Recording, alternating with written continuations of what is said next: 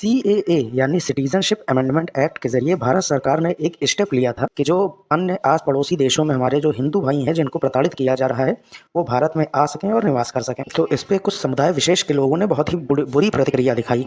Legally जो आ रहा था उसके लिए इतनी बुरी उनके द्वारा प्रतिक्रिया दिखाई जा रही थी। और इलीगल इमिग्रेंट्स को लेकर मैं आपसे बात करूंगा।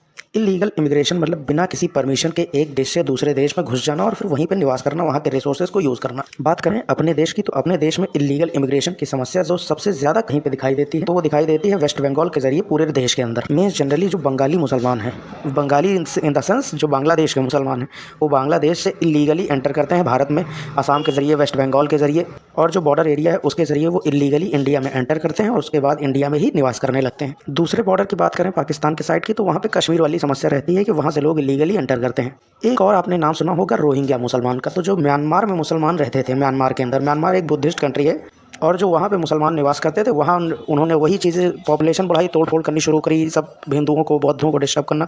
बौद्ध तो मैं नहीं कहूँगा क्योंकि ये हिंदुज़म से है, तो हिंदुओं को वहाँ पे डिस्टर्ब करना इन्होंने शुरू किया, तो हिंदुओं ने इन्हें मार के कूट के भगा दिया। तो वो भी पहले बांग्लादेश में एंटर किए और फिर ये जो धर्मशाला है, सॉरी जो हमारा भारत देश है, बांग्लादेश के बाद यहाँ पे ये लोग एंटर कर गए, तो वो है रोहिंग्या मुसलमान। बेसिकली जो जितना भी मुसलमान भरा पड़ा है, जितना भी इलीगल इमिग्रेंट है, वो आता है देश में, यहाँ निवास करता है, यहाँ के रिसोर्सेज को यूज़ करता है और ज़रूरत पड़ने पर स्ट्रीट वेटो का यूज़ करता है। स्ट्रीट वेटो मतलब भारत सरकार के खिलाफ अगर आप हैं तो कानूनी लड़ाई लड़ने के बजाय या भारत का कानून मानने के बजाय आप रोडों पे आ जाइए और रोड पे आकर तोड़फोड़ करिए और सरकार को प्रदर्शन के नाम पे, स्ट्राइक के नाम पर परेशान करिए, लॉ एंड ऑर्डर बिगाड़िए। तो ये है इलीगल इमिग्रेशन की कहानी, जो कि पार्ट 1 है। पार्ट 2 इसका कल रिलीज़ होगा, वहाँ पे इसकी पनिशमेंट्स की बात होगी।